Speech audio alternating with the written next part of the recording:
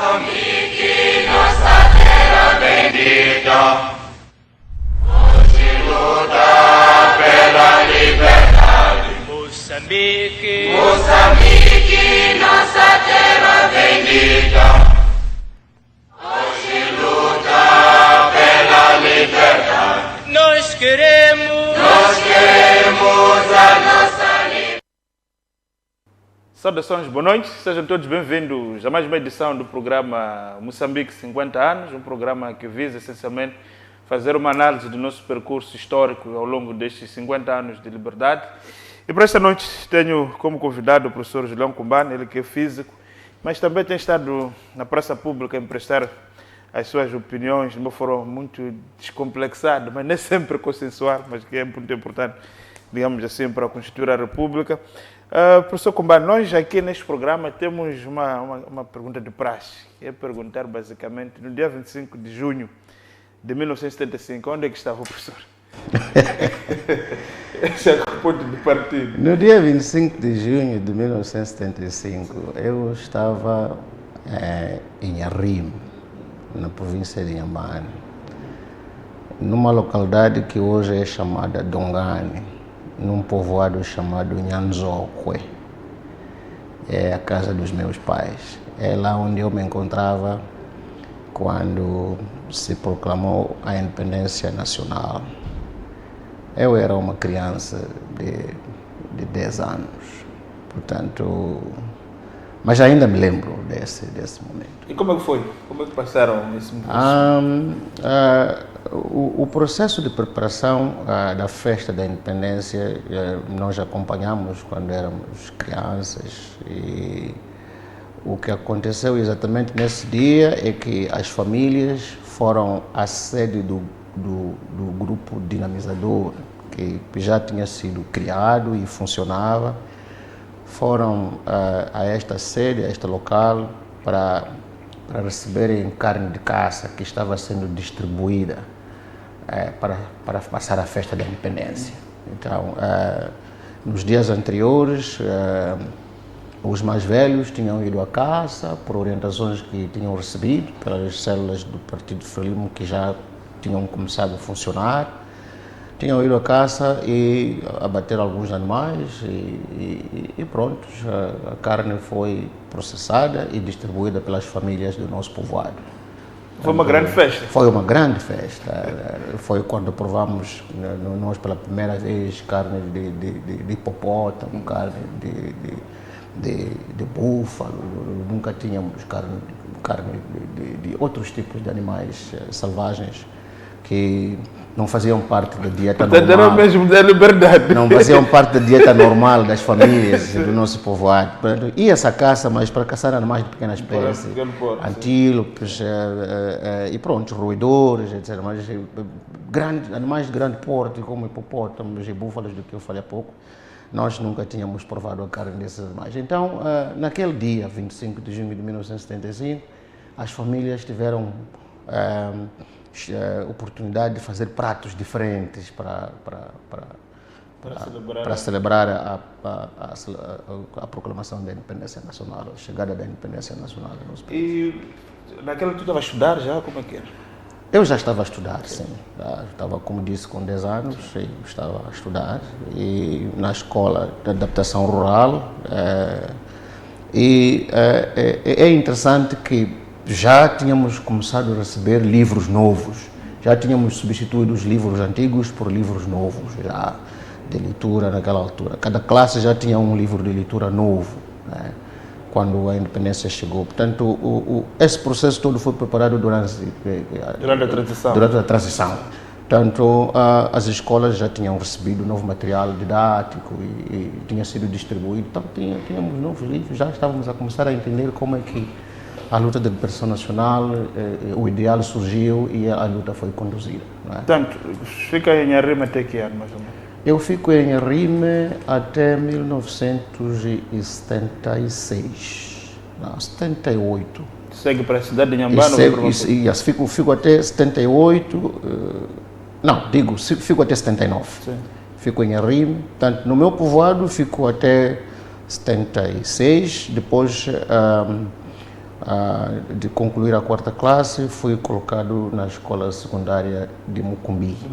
Então, tive que deixar o meu povoado, a minha aldeia, para viver no internato. Viver no internato, na escola secundária de Mucumbi. E portanto, de Mucumbi, quando concluí a 6ª classe, fui colocado na escola secundária Emília da Urso para fazer 7ª, 8ª e 9ª. Isso já na cidade de Inhambane? Na cidade de Inhambane, a partir de 1980. Portanto, chego em Inhambane em fevereiro de 1980, mesmo para o início das aulas. E nessa altura já estava engajado em alguma atividade política ou não? Não, éramos muito ingênuos nós outros para... Estava a ser preparado para tomar. Mas estávamos a ser preparados para fazer da escola uma base para o povo tomar o poder, exatamente. Essas mensagens passavam tinha sempre o slogan. Exatamente. Já quando estávamos na escola secundária de Mucumbi, tínhamos todas as manhãs exercícios físicos, eram chamados preparação político-disciplinar. Portanto, aquilo era mais ou menos quase que um treino para militar. Só faltava manejarmos arma, aprendermos a manejarmos arma. O treino que recebíamos todos os dias, nas manhã, antes do pequeno almoço para irmos à sala de aulas, era tipicamente um treino militar. Portanto, e tínhamos instrutores que nos preparavam para qualquer eventualidade. Portanto, tivemos... E durante o seu período ali na cidade de Inhambane, Emília da Urso, chegou a ter contato com alguns principais dirigentes da Frelimo? Tens alguma memória? Tenho a memória de o presidente Samora Machel visitar a província de Inhambane em 1981, se a memória não me falha. 1981. E organizou um comício na área do campismo, aquilo era chamado campismo, muito perto da cadeia civil na cidade de Inhambane, você conhece. O comício foi orientado ali e portanto, nós éramos pequeninos, crianças de 16, 17, por aí, adolescentes já. E portanto, foi a primeira vez que nós vimos o presidente Samora Machel e a orientar o comício, enfim. E falou daquela história de que a província de Inhambane, os nativos tinham sido cúmplices, facilitaram a dominação colonial, porque acomodaram os colonos, enfim. Mas gostava de contar aquilo como história, não é? Uma história, sim. E quando nós outros começamos a ver como Samora era um dirigente que fazia vibrar as pessoas, era muito carismático. Em crianças, nós, mesmo como adolescentes, conseguíamos ver que se tratava de um homem que sabia o que ele queria para Moçambique. E pronto, estava na escola já na Emília da Urso, portanto já era uma pessoa com alguma consciência. Como é que era o ensino naquela altura? Era rigoroso? Muito rigoroso. O ensino nos nossos tempos era extremamente rigoroso. E é muito interessante porque os nossos professores são aquela geração, a primeira geração de 8 de março. São aqueles que tiveram que interromper os seus estudos. Foram distribuídos, receberam um treinamento muito intensivo, no chamado propedêutico, que depois se virou faculdade de educação. Alguns foram a preparações para poderem ser professores muito rápidas em centros e magistérios. Então, eram esses que nos davam aulas de história, de português, de geografia. Não eram profissionais de educação há muito tempo, eram tão jovens quanto nós. Portanto, a diferença de idade entre os nossos professores e nós alunos era muito pequena, era de 2, 3, 4, 5 anos, por aí assim. Mas nem por isso deixavam de ser rigorosos? Nem por isso deixaram de ser rigorosos. E eles vinham também de um sistema de ensino que era muito rigoroso, não é? O sistema de ensino colonial que abolimos, portanto, quando chegamos à independência, era rigoroso. Então, eles eram tão rigorosos quanto foram, provavelmente, os seus professores também. Então, tivemos, eu acredito, uma boa qualidade de educação nesse tempo. E também porque havia muita rigorosidade, não é? Havia controle cerrado, o Ministério da Educação fazia inspeções constantes. A propósito, o professor Brazão Mazula era, na altura, diretor provincial do ensino secundário. Portanto, ele viajava por toda a província para ir se inteirar de como a qualidade, como as aulas estavam a ser conduzidas, como é que as avaliações estavam a ser conduzidas, era extremamente rigoroso. Portanto, tivemos uma formação que eu acho que, para as condições em que o país se encontrava naquela altura, foram boas. E quando é que sai de Inhambane? Eu termino o ensino secundário, Eu termino o ensino secundário em 1980. E termino em Emília da UCE em 1980 e fui colocado para ser professor de matemática e física na Faculdade de Educação da Universidade do Anguangari, onde cheguei em fevereiro de 1980. Então começou a dar aula em 1983? Não, em 1983. Então começa como professor já em 1983? Não, primeiro fico 2 anos na Faculdade de Educação a fazer o curso de formação de professores de matemática e física. Sai de Inhambane para a faculdade? Saio de Inhambane para a Faculdade de Educação. Eu me lembro que até, porque havia entrevistas, não é? Quando na escola secundária Emília da UCE eu fui indicado por monitor de física, já na 7ª classe. Então, quando termino a 9ª classe, o diretor da escola, na altura, Neymane, que depois veio para o Ministério da Educação e Cultura nesse tempo, entrevistou-nos, um de cada vez, aqueles que tinham que ir a diferentes centros de formação. Então, durante a entrevista, eu me lembro que chorei, porque o meu sonho não era ser professor. Eu queria ser qualquer coisa, como um jurista, queria ser médico, eu tinha esse sonho. Houve até momentos em que sonhei como um piloto, mas na entrevista o professor Neymane, que era diretor da escola na altura, ele me disse assim: sabe, é sorte esta aqui que tu estás a ter, porque vais ter orientação profissional mais cedo do que os outros. Os outros ainda vão precisar de 2 anos para saber o que é que vão ser. Nós selecionamos a ti porque estamos a ver que com a tua idade, daqui a mais 2 anos, tu já vais precisar de começar a pensar em formar família. Para além disso, a Faculdade de Educação para onde nós te escolhemos para ir é porque vemos o teu potencial. Ele mobilizou. Não foi aquela coisa de dizer, não, tens que ir. Mobilizou-me e fez perceber que a sorte que eu tinha tido de ser indicado para ir à Faculdade de Educação era boa. Até disse assim: olha, sabe, ao contrário do que vão para os outros centros de formação, na Faculdade de Educação tu vais ter a equivalência de 11ª, que era a última classe do ensino secundário naquela altura, não é? Do ensino médio. Então, ele conseguiu me convencer e eu limpei as minhas lágrimas, aceitei a minha sorte e voltei para casa, anunciei aos meus pais que eu tinha sido selecionado para vir a Maputo, para a Faculdade de Educação, para fazer um curso de formação de professores de matemática e física. E naquela altura, já em Maputo, como é que era a vida? A vida em Maputo...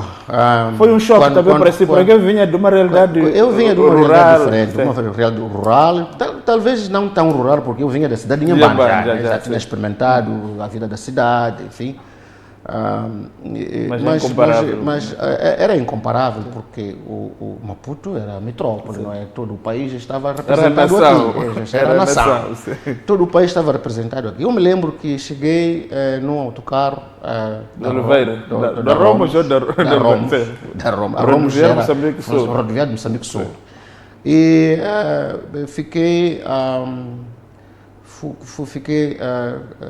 ali no Chamanculo e depois eu encontrei um transporte que me levou, até porque eu estou a falhar um pouco, porque eu vi num transporte fretado para nos transportar para aqui, sim, num meio de transporte fretado para o efeito. E esse meio de transporte, esse autocarro, deixou-nos ali perto do Instituto Industrial, que era o Centro de Formação de Professores Elija Machado, também, para professores de 5ª e 6ª classe. Não é? Então, fomos deixados ali. Era era o único que ia à faculdade de educação, naquele grupo. A maior parte do grupo ficou na Elisa Machava, por isso é que o autocarro foi parar lá. Então eu tinha que saber onde é que fica o 108 de Março, não é? Que agora aqui o seminário São Pio X, né? Era esse, mas depois das nacionalizações ficou assim chamado 8 de março. o 108 de Março. Aqui em Milsung. Kim Il-sung, sim.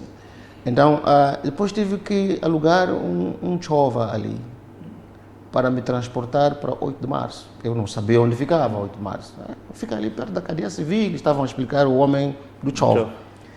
Então, pronto, eu tinha que seguir a ele que conhecia o caminho, andamos a pé dali do Instituto Industrial, do Centro de Formação de Professores da Igreja Machava, portanto, que está ali ao lado. Daquilo também era uma instituição da Igreja Católica. Não sei como é que se chamava antes. Então, o fulano que me carrega as malas e tudo, ele é que está conduzindo, eu não sei por onde é que vou.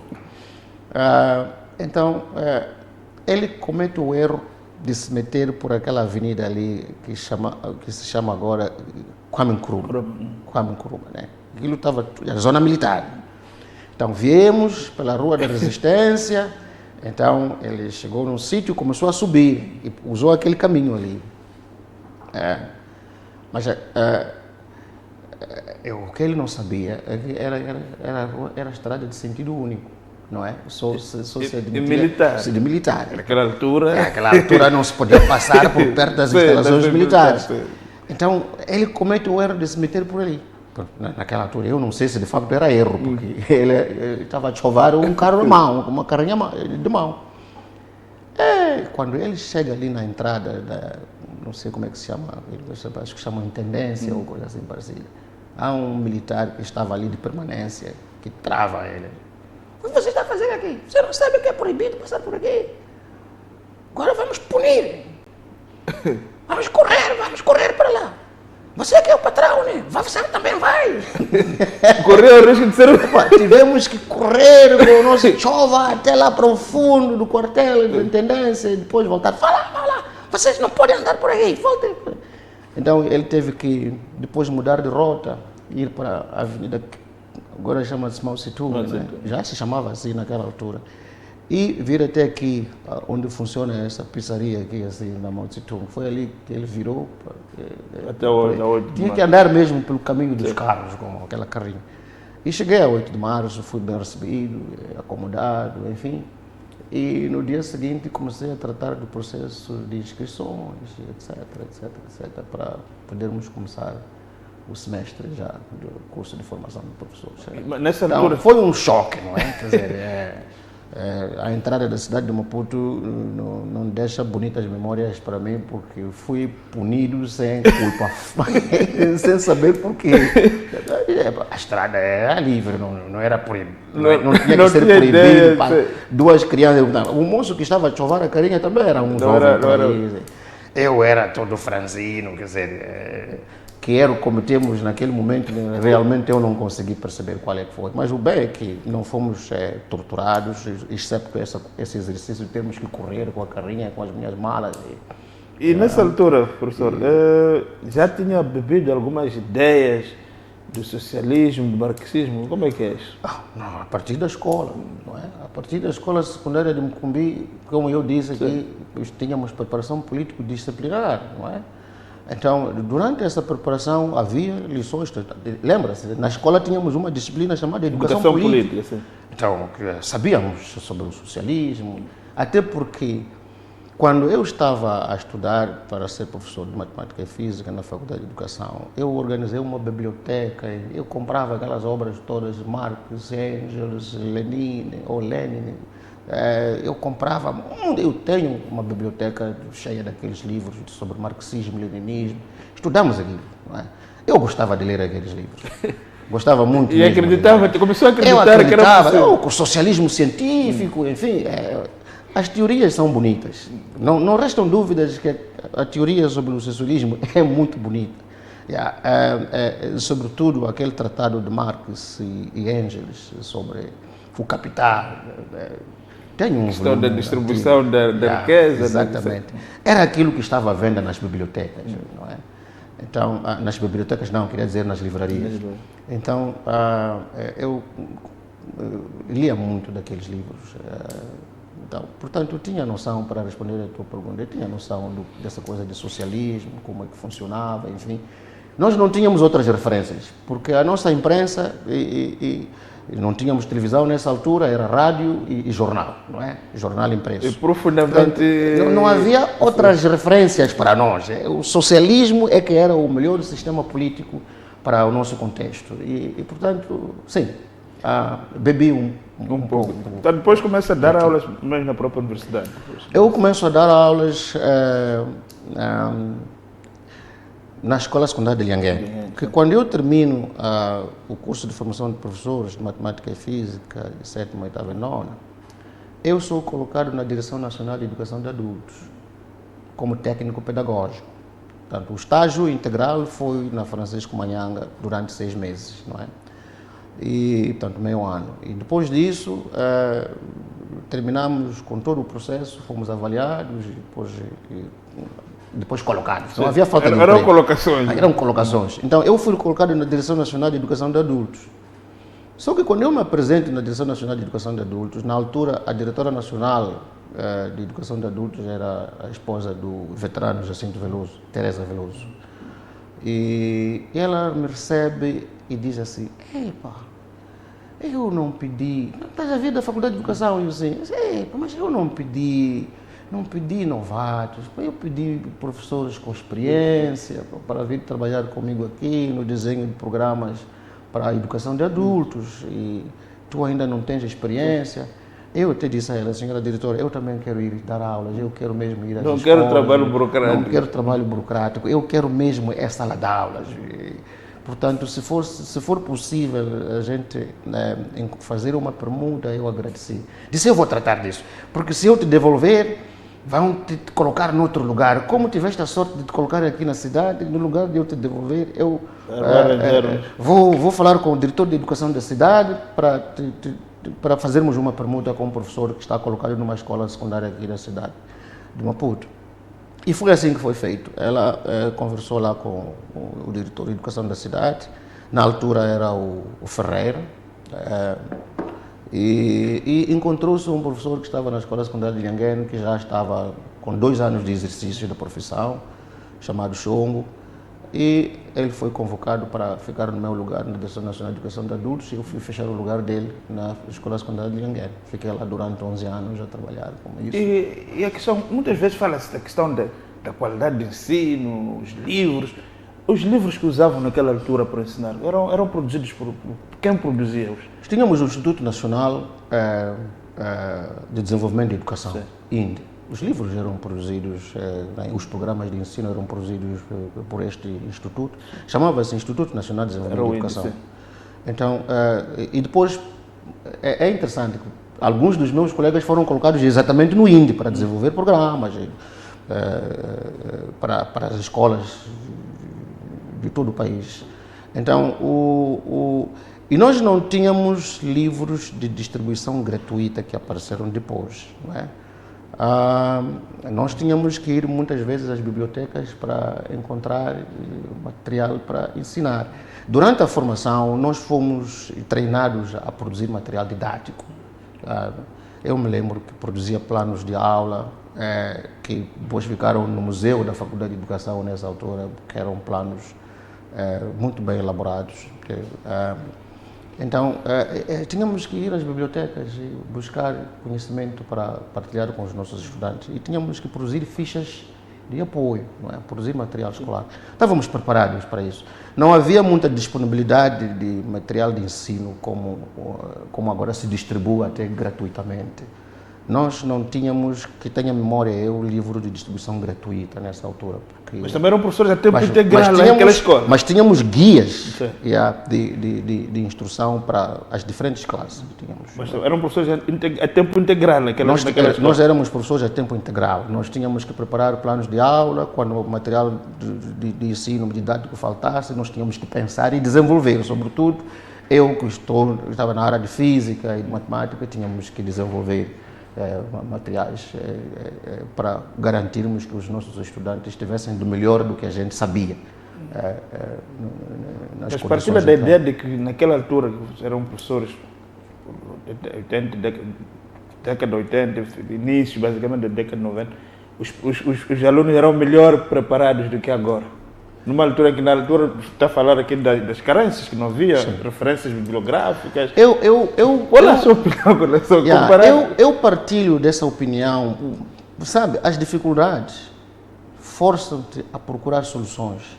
E nesse processo de procurar soluções para suprir as dificuldades, aprendes algo mais do que se tiveres tudo dado em bandeja de prata. Então, a qualidade nasce nesse processo.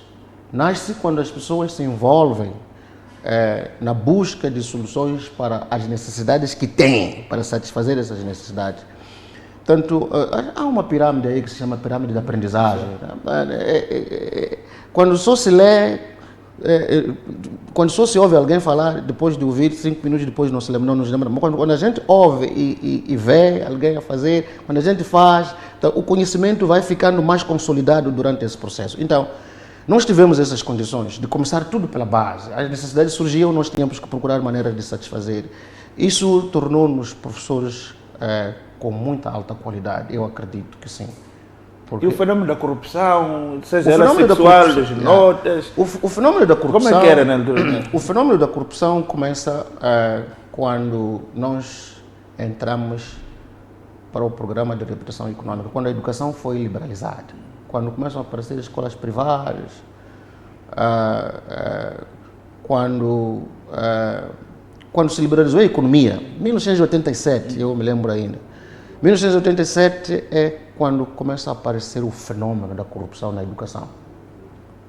Os professores eram aliciados ou exigiam aos alunos alguma recompensa, alguma coisa para poderem ter nota melhor. Isso aconteceu começou a acontecer em 1987. Portanto, um ano depois da morte de Samora Machel. Portanto, eu tenho memória disso. Há professores que eram tentados e não eram capazes de resistir, porque era tempo de grandes necessidades. Primeiro, quer dizer, começou a aparecer muita coisa no mercado. No outro tempo, não tínhamos nada nas lojas. Depois começou a aparecer muita coisa nas lojas, a preços da economia de mercado. Não é? Em 87 entrou o pré, na economia do mercado. Os salários começaram a se mostrar muito magros para poder aguentar o custo de vida, que já estava a começar a ficar alto naquela altura. Então era fácil alguns professores ficarem aliciados por isso. E assim, para responder essa pergunta, como é que começa a corrupção? No meu entender, este bloco também, na segunda parte vamos falar já de Moçambique pós a Primeira República. A sua avaliação da Primeira República, qual é a avaliação que faz? De 1975 até, digamos, até 92, chega a paz, depois também entre as privatizações. Qual é a avaliação que faz deste? Porque até 90, um grande número de dirigentes que vinha com o Samora ainda continuavam no governo. Sim, eu penso que a Frelimo, que era a única força dirigente do Estado nessa altura, tinha um bom projeto de sociedade. Bom, muito bom projeto. É nesse projeto que surge aquela palavra de ordem, vamos fazer da escola uma base para o povo tomar o poder. Eu acho que era um bom projeto de sociedade. Tudo se fazia para se formar uma pessoa que tivesse valores, que vivesse de acordo com a ética. Não tínhamos essas disciplinas que depois se introduziram a partir da revisão da Lei do Sistema Nacional de Educação em 1987. Não tínhamos essas novas disciplinas de educação cívica, moral, mas tínhamos educação política, onde aprendíamos o que é pátria, o que significa fazer política, enfim, fomos ensinados a aprender a fazer política nessa altura. E nós, como professores, naturalmente, tínhamos que também ser instrutores dos nossos alunos, para que soubessem que vivemos numa sociedade que, para ser desenvolvida, não precisa só de conhecimento, precisa de boas relações entre as pessoas, não é? Então, a minha avaliação da Primeira República é positiva, até quando nós perdemos Samora Machel. Mas quando entramos para a economia de mercado, as coisas começaram -se a estragar, porque nós não estávamos preparados, nem sabíamos o que é isso da economia de mercado. Não conhecíamos as leis de mercado, nós os cidadãos, né? Provavelmente os economistas soubessem como é que isso havia de ser. e tinham, portanto, alguma previsão de como a vida havia de se tornar difícil e a corrupção havia de ganhar terreno. Mas a reflexão que eu faço é positiva, da Primeira República. É positiva, embora tenha havido excessos, mas eram excessos próprios, porque temos que ver que os nossos dirigentes eram tão jovens quanto nós, a diferença maior de idade que existia entre eles e nós era até por aí mais ou menos de 20 anos de idade, não é? Então, era o contexto. As dificuldades que tivemos foram dificuldades de contexto, porque os moçambicanos aprenderam a se governar governando, não aprenderam na escola sentados como governar, aprenderam a governar governando-se, né?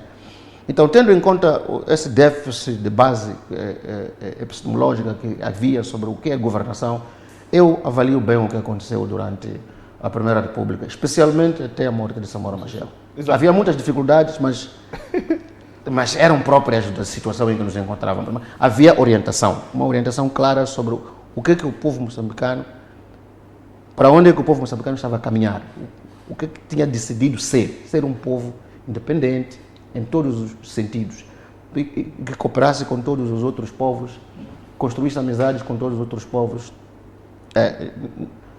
por todas as partes do mundo. Portanto, um povo que preza a justiça.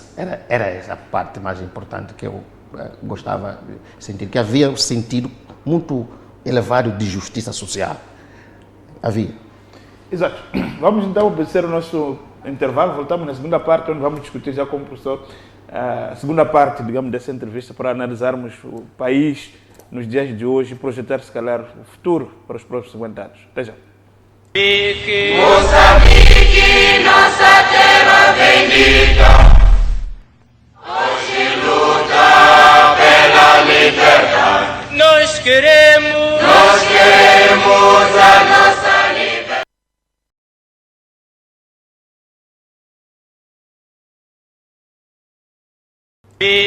Moçambique, nossa terra bendita, hoje luta pela liberdade. Nós queremos a nossa liberdade. Saudações, boa noite. Estamos de volta para a segunda parte do programa Moçambique 50 anos. Estamos aqui a analisar aquilo que é o nosso percurso histórico como país, como nação. Professor Julião, voltamos para o programa para analisar já o pós-Primeira República. Chegam os acordos de paz, chega a liberalização da economia, chega também a democracia multipartidária. Há quem olha, fez uma crítica sobre o processo como foi introduzido aqui o capitalismo e do ponto de vista da democracia também. Acha que o país estava preparado para este modelo de democracia multipartidária ou foram as contingências do momento? Até porque, conforme dizia o professor Elísio Macam, a democracia foi imposta e a Frelimo achou que era uma oportunidade, digamos, para acabar com a guerra, digamos, se reorganizar. Eu concordo com essa opinião, porque, de facto, nós não tivemos preparação adequada para entrar neste regime em que nos encontramos agora. Entramos às pressas. Rezam os factos que Samora, quando morre em 1986, o governo de Moçambique já estava em negociações com as instituições financeiras multilaterais, baseadas em Washington, D.C., nos Estados Unidos da América. Estamos a falar do Fundo Monetário Internacional e do Banco Mundial. Estava-se a negociar a entrada de Moçambique neste clube, não é?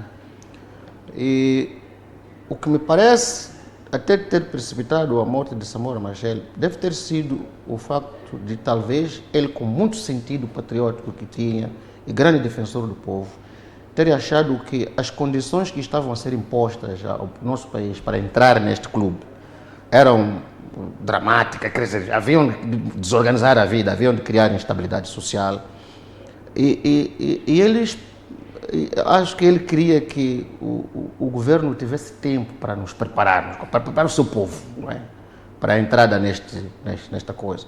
Mas quando ele morre da forma como morreu, trágica e com este processo todo em curso, este processo tomou outro rumo. Foi muito mais acelerado, enfim, porque parece que era isso que se queria, que nós entrássemos o mais rapidamente possível neste sistema de economia de mercado. e aceitando todas aquelas condições que foram impostas por estas instituições, que nunca promoveram o desenvolvimento de nenhum país, quanto eu saiba, exceptuando a Coreia do Sul, não é? E alguns outros exemplos, países da Europa depois da Segunda Grande Guerra. Não conheço nenhum outro país que se tenha desenvolvido com apoio monetário e técnico do Fundo Monetário Internacional e do Banco Mundial. Portanto, acho que os países andam em ciclos de dívida, exemplos são a Argentina, o Brasil, por exemplo, também. Enfim, e a África, a nossa entrada neste clube não fez de nós nenhum país melhor, até hoje. Portanto, a corrupção foi quando ganhou mais espaço, até, com a entrada dessas instituições aqui. Então, não tivemos preparação adequada para... Acha que o presidente Chissano foi culpado por isso? Porque ele é que estava à frente. Eu acho que ele e o Partido Frelimo precipitaram-se a aceitar as condições do Fundo Monetário Internacional. Mas talvez não tivessem outra saída, não é? Não sei se não havia. Porque a Renamo estava a apertar. A guerra civil, que chamamos na altura guerra de desestabilização, estava a apertar. Portanto, o país não tinha recursos para continuar a sustentar aquela guerra e não havia muitas hipóteses que o governo tivesse. Acho que o presidente Chissano sentiu-se encurralado e não viu outra saída e disse, olha, é melhor a gente entregar tudo. Né? Foi mais ou menos como que atirar a toalha ao chão, é o meu entendimento. Né? Então, e estamos assim como estamos. E nunca conseguimos sair desse labirinto. O país endivida-se ciclicamente. Lembra-se quando o presidente Chissano saiu do poder, o país estava altamente endividado. A primeira-ministra Luísa Diogo tomou chás da madrugada a tentar negociar com o clube do país o perdão da dívida, porque o país estava altamente endividado. Não é? Portanto, provavelmente não tivesse havido outras hipóteses. Estávamos completamente sem recursos. O programa de reabilitação econômica tinha colocado o país a desindustrializar-se, enfim. O país não tinha fonte de receitas próprias. O engenheiro Zuculo, deixa-me saber que não houve privatizações, houve destruições. Não houve privatizações como tal, quer dizer, tecnicamente, o termo foi usado. O que aconteceu mesmo foi que aqueles que estavam com a mão na massa tomaram conta das coisas, sem preparação sequer sobre como gerir sequer uma loja só. Lembra-se, no tempo do Sabor Machel ainda, quando se nacionalizou tudo, até cantinas, até casas de arrendamento de madeira e zinco, enfim, ele em algum momento disse, essa era a virtude dele, que não tínhamos feito boa coisa. Nós erramos ao nacionalizar até cantinas. Vamos devolver as cantinas aos cantineiros, porque as pessoas que tomaram as cantinas nem sequer sabem gerir as cantinas. Então, o comércio morreu, o comércio rural, sobretudo, morreu por volta dessa altura. Portanto, aquelas cantinas que tinham sido abandonadas pelos portugueses, que foram envolvidos naquela medida de 20 quilos, 24 horas, sai daqui se não quiser viver conosco. Os que eram alfaiates naquelas lojas rurais, sobretudo, os que eram assessores de alguma maneira, serventes, mais próximos do cantineiro. Exatamente.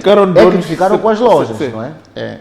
Aconteceu em todo lado, mesmo nas cidades como Maputo, por exemplo. Há senhores aqui assim que são donos de lojas que herdaram dos seus patrões. Que herdaram dos seus patrões naquele tempo. Mas não tinham conhecimentos de gestão, não é? E continuam sem conhecimentos suficientes de gestão agora. Então, é nessa altura que aparece essa coisa de nacionalizações, de privatizações. As pessoas não estavam preparadas, tomaram conta de propriedade que não sabiam como se gera. E o que aconteceu foi que tudo foi abaixo. O comércio foi abaixo, a indústria foi abaixo, as fábricas foram transformadas em armazéns, eventualmente igrejas. Quando entrou aqui a Igreja Universal do Reino de Deus, até cinemas desapareceram, enfim. Não estávamos preparados. Mas não tínhamos ainda preparado pessoas para tomar conta da economia do país. O presidente Chissano sai praticamente, depois das eleições de 99, praticamente fragilizado, digamos.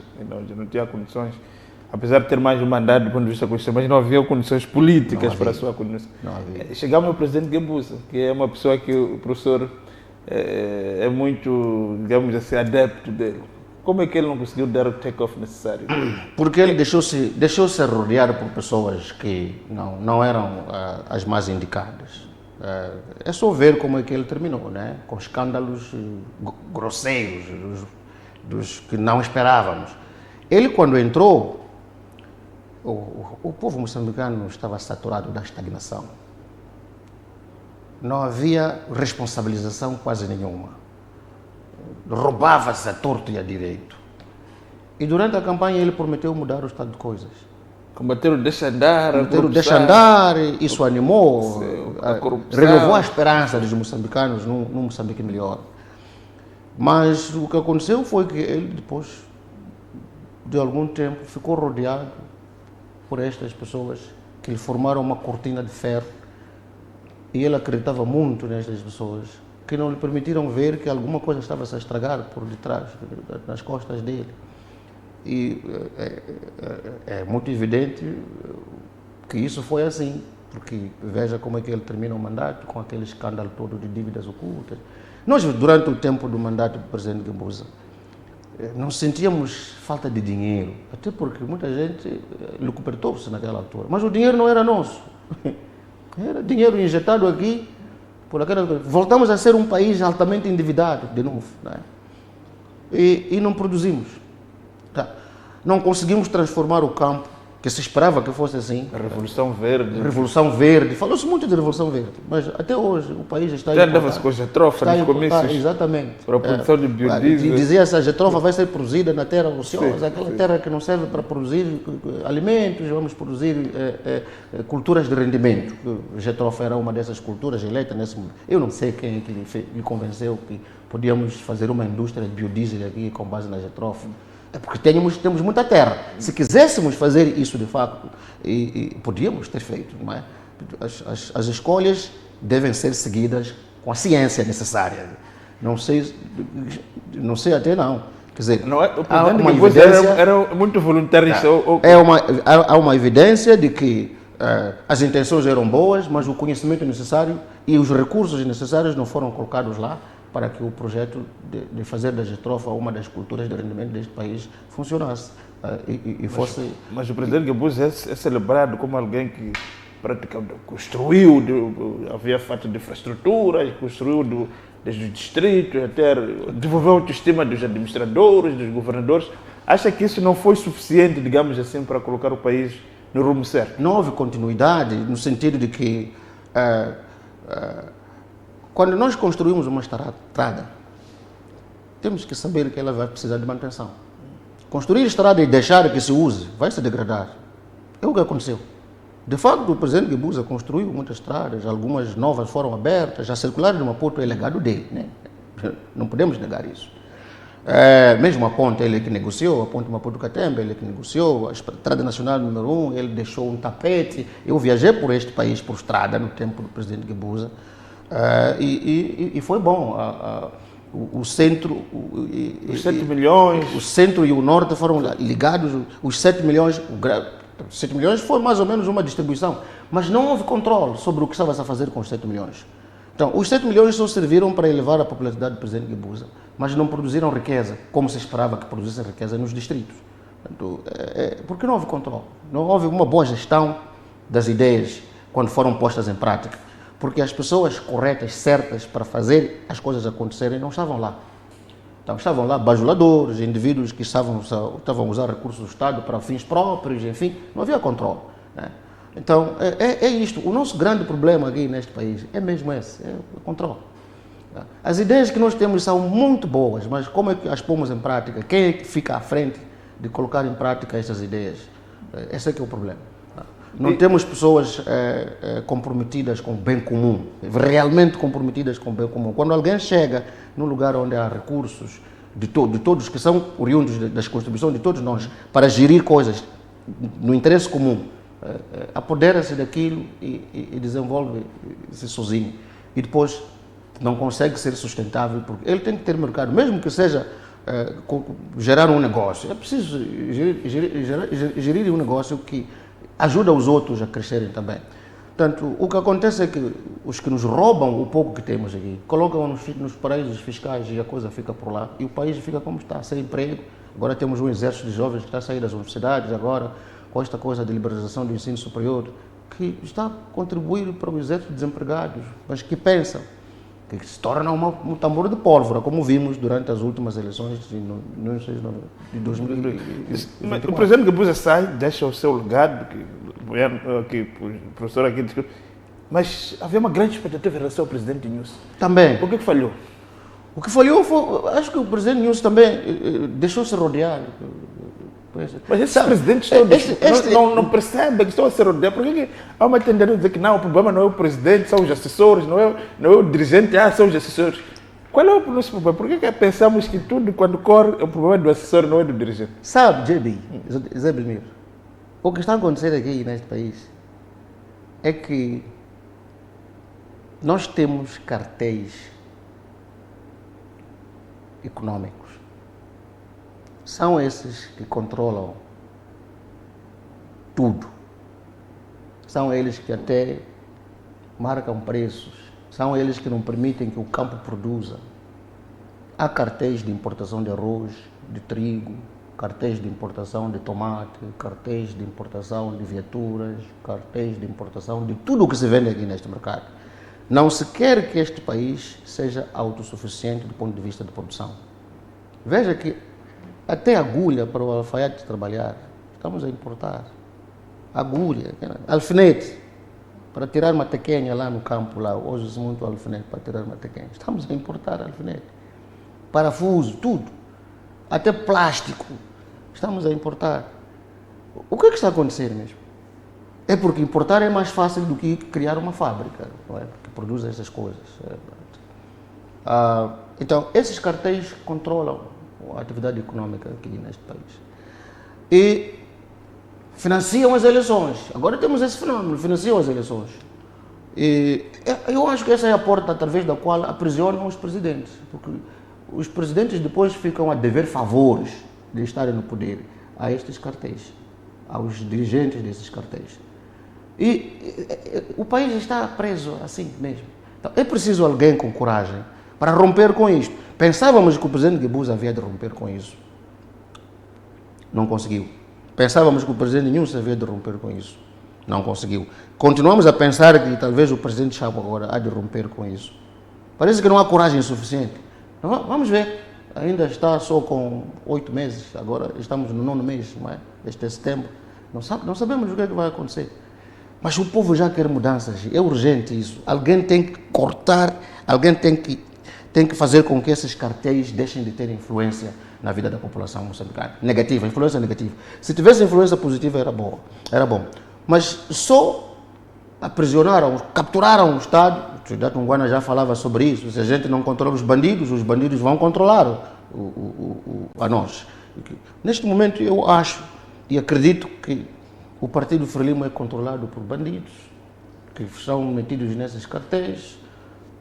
São eles que ditam as regras, são eles que dizem quem é que vai ao poder, quem não vai ao poder, quem é que fica num comitê, quem é que fica numa célula, a partir dos órgãos da base da Frelimo, quem é que fica secretário de célula, quem é que fica secretário da zona, quem é que fica primeiro secretário do círculo, do distrito, por aí fora.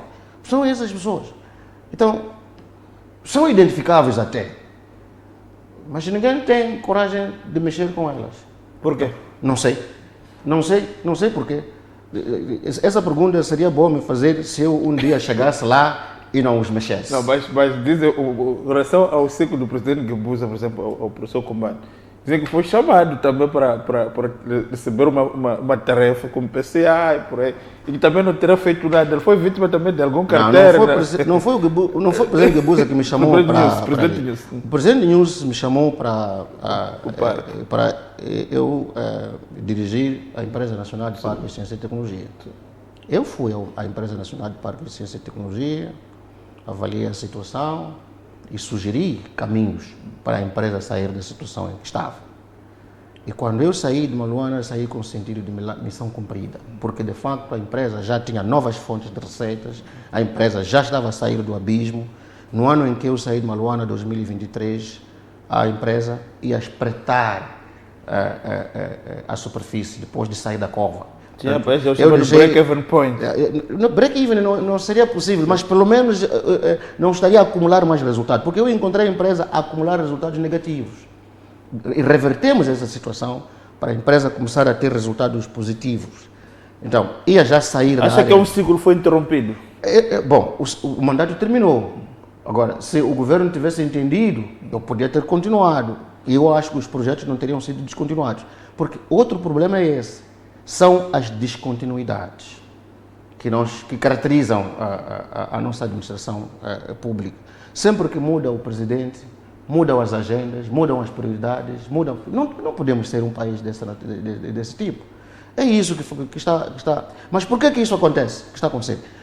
Isso acontece porque há pessoas que se beneficiam disso. Não deve haver dúvidas em relação a isso.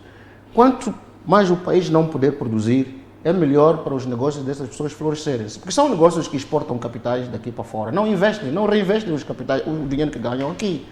Por isso é que temos problemas de desemprego galopante neste momento. E a outra coisa é que o nosso Sistema Nacional de Educação não ajuda também, né? Não há orientação clara sobre como o sistema de educação tem que ajudar o país a ter quadros que produzem, não só narrativas, mas produzem riqueza. Porque nós temos muitos quadros bem formados cuja produção é só de narrativas. Não produzem coisas que... Não produzem vestuário, não produzem são bons no diagnóstico. É simplesmente isso. Então, é preciso mudar isto tudo. Mas, professor, ainda bem que eu também venho do meio rural, mas até por vivência, eu vejo, por exemplo, na zona onde cresceram os meus avós, por aí, eram analfabetos, mas são pessoas que os meus avós tinham lá, tinham casas de alvenaria, tinham ali a sua cisterna, mas são pessoas que nunca tiveram empregos formais, são pessoas que tinham machambas. Como era possível fazer isso naquela altura e hoje não é possível? Bom, eu não acho que hoje não seja possível. Hoje não estamos a ser capazes. Nós estamos organizados para produzirmos. Agora, esta coisa de não estarmos organizados para produzirmos, não sei se é deliberado, porque me parece que é deliberado. Porque, veja, os programas que nós temos de governação deste país são muito bonitos, mas não se põem em prática, de forma devida. Por causa dessas descontinuidades que eu estou a falar agora, por exemplo. O presidente nenhum estava a construir sistemas de abastecimento de água, não sei quanto. Não falou de 7 milhões, mas há obras que aconteceram nos distritos. Quando se falou dos 7 milhões, não aconteceu nada disso aí. Não houve sistemas de abastecimento de água com aquele dinheiro, não houve novas estradas, não houve investimento daquele dinheiro para gerar mais dinheiro, para dar emprego aos moçambicanos. Não houve. Agora, esses sistemas de abastecimento de água, não sei como é que vão continuar a funcionar. Não sei se nos próximos... Porque parece que não há continuidade já. Veja o que aconteceu, por exemplo, durante a pandemia de Covid-19, que foi uma das coisas que aconteceu trágica neste país, do ponto de vista do que nós estávamos a almejar como país para crescer. Construímos novas casas de banho, intensificamos o programa de construção de latrinas. Há infraestruturas novas que surgiram nas instituições públicas. Se for ver como é que estão as casas de banho que foram construídas durante esse tempo, eu acho que algumas pessoas deviam ser chamadas à responsabilidade criminal, porque já não se geriu mais. Passou a pandemia como se tivesse passado. Há quem diz que a Covid-19 foi das maiores roubalheiras que aconteceu. Aquele momento foi aproveitado mesmo para se roubar tanto dinheiro. As obras que foram construídas, veja só os preços que eram cobrados para construir uma casa de banho, numa escola. Torneiras, para montar. Veja os valores que eram cobrados durante esse tempo. Era roubalheira. Não é? E isso foi permitido. E sabe, não há responsabilização nenhuma. O presidente Nhusi já saiu, entrou o presidente Chapo, tem outras prioridades, aquilo está esquecido. E este país vai andando assim, dessa maneira. Não é possível ir a lugar nenhum. Nós passamos a vida a resolver sempre os mesmos problemas. Vou pedir só 5 minutos da minha realização, só para fecharmos isso. É uma das questões também que eu queria colocar. Estamos aqui a falar temos um novo presidente e uma das grandes agendas, parece que esse novo ciclo tem, é a questão da renegociação dos grandes, dos megaprojetos, parece uma das bandeiras desse ciclo. Eu lembro que há anos, há uns 10 anos, o professor esteve envolvido num debate científico sobre o bypass da Mosala e companhia. A minha questão é, qual é a análise que faz com relação a essa questão da renegociação dos megaprojetos, especificamente este? A partir da ideia de que é uma tentativa de chantagear o Estado, essas coisas, ou não é por isso? Já passam 25 anos, por exemplo, desde que a Mosala foi implantada aqui. 25 anos é um quarto de século. Os contratos têm que ser renegociados. Mas é preciso saber como renegociar, não é? Sabemos? Não sei. Quais são as cláusulas que nos prejudicam nesses contratos? Como é que nós pensamos que podem ser mudadas? E depois o que é que vai acontecer? Essas perguntas todas devem ser respondidas. O grande problema que nós temos é que pensamos e queremos fazer. Não pensamos e estudamos como fazer melhor. Basta pensarmos, queremos fazer. Pensamos que temos que dar transporte do meio rural às pessoas, estamos a fazer tratores articulados, com atrelados. Né? Pensamos que não sei quando, estamos a fazer. Tem que haver estudos. A nossa academia tem que ser chamada. Já ouviu falar da Academia de Moçambique neste país? Existe uma academia. Academia de Ciências de Moçambique. Tem lá engenheiros, tem lá cientistas, são membros dessa academia. Já ouviu dizer que esta academia conduziu algum estudo aqui neste país? Universidades grandes, como a Universidade Eduardo Mondlane. Já ouviu dizer que o governo de Moçambique comissionou ou encomendou algum estudo à Universidade Eduardo Mondlane sobre como fazer, o que quer fazer? Agora, por exemplo, o ministro da Agricultura, Ambiente e Pescas apareceu publicamente a dizer que não conhece o sustento e que ele está a desenhar um programa de agricultura para Moçambique. Mas este país nunca teve programa de agricultura. Temos que fazer as coisas como se fazem. Pensou, quer fazer. Sim, da mesma forma que para construir uma casa precisa de um arquiteto para mostrar como aproveitar melhor o espaço que tem para construir a sua casa, onde ficaram as áreas de lazer, como é que a casa vai ser, conversa com ele para ele te mostrar como é que a casa vai sair melhor construída. Depois tem que contratar um fiscal para ver se o empreiteiro está a fazer aquilo que está previsto na planta. Enfim, são estudos que é preciso fazer. Mesmo para construir uma habitação unifamiliar, é preciso um estudo. Por isso é que precisamos de um arquiteto, precisamos de um orçamentista, precisamos de não sei. Agora, neste Estado, neste país, quando alguém pensa fazer alguma coisa, no dia seguinte quer ver começar-se a fazer. Não quer estudar o assunto, não quer saber como é que pode ser feito, não quer saber que impacto provavelmente vai ter negativo. Enfim, é tudo feito no joelho, como se diz. Pensou, quer fazer. Pensou, quer fazer. Não há estudos. Não é assim que se desenvolve um país. Temos que sair dessa. Pensar é bom. É preciso pensar para fazer as coisas, mas é preciso estudar se a maneira como está a pensar fazer vai dar bons resultados. E depois, é preciso ver como é que esses resultados vão ser avaliados durante o processo, durante a vida do projeto. Então, é isto que está a faltar aqui neste país. É isto que temos que mudar. E qual é a projeção que faz de Moçambique nos próximos 50 anos? Acha que esse país, com esse diagnóstico, Moçambique tem futuro? Tem futuro se mudar tudo a partir da escola. Porque essas coisas todas, esses defeitos todos que nós temos, são defeitos de formação. O nosso sistema de educação não se mudou para melhor. Como eu disse aqui, estamos a encher Moçambique de pessoas que só produzem narrativas. Não de pessoas que criam conhecimento, que criam, a partir desse conhecimento, criam produtos com potencial comercial. Portanto, não há inovação, não se financia a investigação científica ligada à inovação tecnológica para se poderem criar novos produtos, novos negócios. Aquilo que estávamos a tentar fazer em Maluana. Maluana, a Empresa Nacional de Parques, Ciência e Tecnologia foi promovida para promover um desenvolvimento sustentável a partir de uma base de empresas de alta tecnologia que vão criar aquilo que a indústria que produz bens de consumo precisa para poder produzir bem e de forma sustentável. Agora tudo isso importa. Era para cortar esse ciclo, ou pelo menos reduzir as importações de tecnologia para aqui, para que possamos, porque há certo tipo de tecnologia que nós precisamos é mesmo específica para os nossos problemas.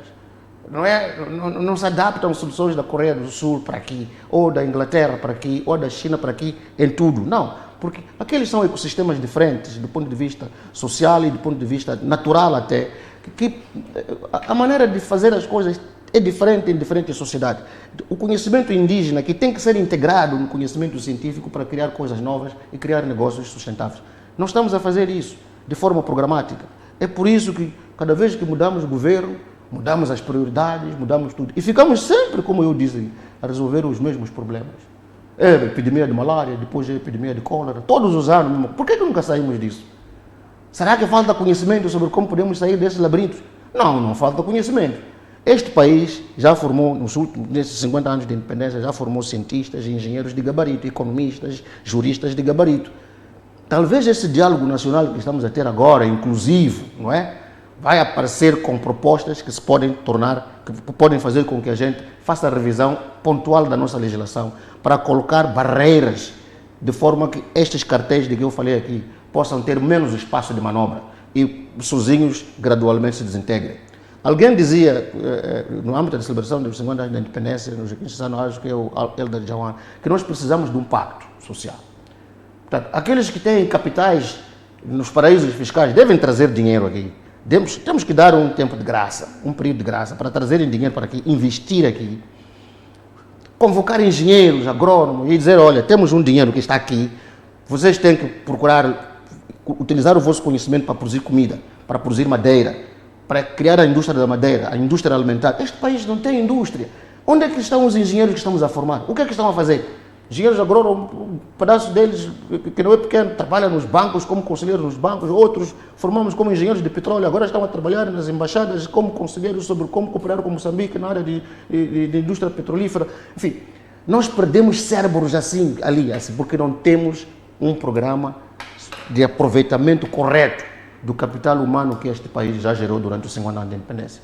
Está tudo aí, de qualquer maneira. Cada um arranja-se por si. Portanto, nem vou dizer Deus por todos, cada um por si. Porque o nosso Deus tinha que ser o nosso Estado. Eu costumo dizer às pessoas, Deus é um pensamento positivo e diabo é um pensamento negativo. Então, o que é que estamos a pensar fazer? Por que é que não estamos a aproveitar melhor os quadros que nós temos neste país? Existem frustrados. Estão todo o momento a murmurar, frustrados, alguns nos bares, outros nos restaurantes, outros em lugares que encontram ali para murmurar. Está todo mundo a murmurar aqui, com altas qualificações profissionais, muito alto sentido de nação e de pátria. Estão aqui, frustrados, e só os nhonguitas é que tem espaço, como se diz. Este é que é o nosso problema. É que aquilo que deve ser feito não é feito. Cada um, quando chega no lugar onde chega, quer fazer aquilo que acha que é melhor fazer e não há estudo para isso, e por isso tudo gora-se por aí e não há responsabilização no fim. É o ciclo que estamos, são os ciclos que temos estado a viver. São assim. Este país não vai desenvolver assim. Temos que mudar paradigma. E a mudança de paradigma dói. Vai sacrificar alguns. Mas é preciso mudar. Então alguém, e neste caso, no lugar que deve estar essa pessoa é o Presidente da República, que tem que dizer, basta, vamos fazer assim. Eu quero ver o produto desse diálogo que estamos a desenvolver agora, né? Lançamos o diálogo, né? Ideias hão de surgir. Estão a surgir, já começaram a surgir até há muito tempo. Este país tem produtores de ideias muito bonitas. Falou aqui, por exemplo, do professor Elísio Macamo, é um dos nossos pensadores aqui. Quem é que ele valoriza? Não é? Quem é que utiliza as ideias dele para transformar esta sociedade? Porque é preciso ouvir os professores Ngüenya, Severino Ngüenya, falam por aí. Temos muita gente que pensa. Alguns falam, outros não falam, mas pensam. Exato. Mas a gente dá ouvidos a essas pessoas? Não. Quando falam, a gente diz assim, quero uma oportunidade. Ele está a falar porque ele quer ser cooptado para ser não sei quando. Não, ele... É assim. Ou está por estar frustrado. Está a falar porque está frustrado. Eu, por exemplo, já não estou na empresa nacional de Está a falar porque foi tirado de Baluana. Está a falar porque foi tirado de Baluana. É assim que esta sociedade não vai a lugar nenhum.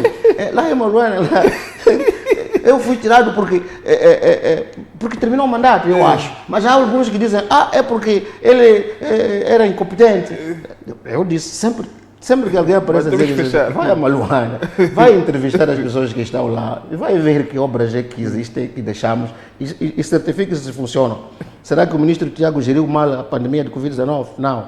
As infraestruturas criadas nessa altura funcionam agora? Não. Ele tinha que estar no poder para continuar a funcionar? Não. Mas então por que não funciona? Por que as escolas voltaram a ficar sem casa de banho até hoje? Enfim, são estas coisas, descontinuidades, falta de responsabilização, porque o nosso sistema jurídico também é corrupto. Quando tens um processo nos tribunais, os juízes só vão ler, se forem pagos para ler aqueles processos. Há pessoas moçambicanos que têm processos que travaram as suas vidas, negócios que não andam, porque há um juiz que não está a julgar o caso.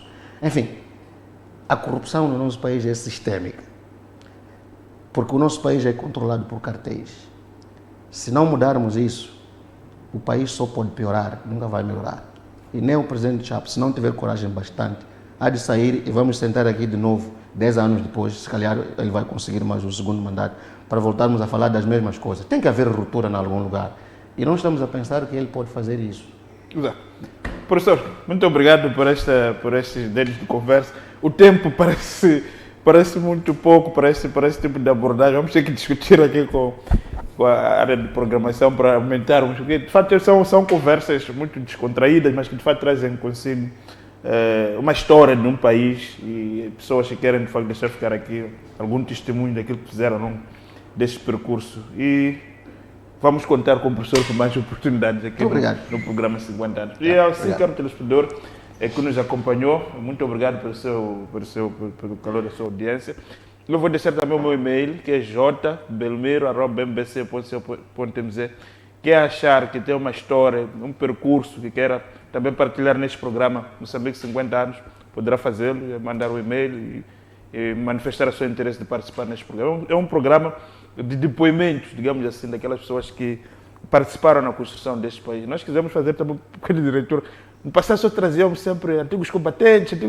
A ideia também, nesses 50 anos, trazer pessoas que combateram em outras frentes, principalmente nessa fase de construção do país. Então, quem tiver uma história que acha que quer partilhar com o vasto auditório, por favor, mandar o e-mail jbelmiro@mbc.co.mz e estará aqui no programa também para contar aquilo que foi seu percurso. Nós voltamos no próximo domingo. Boa noite, até lá.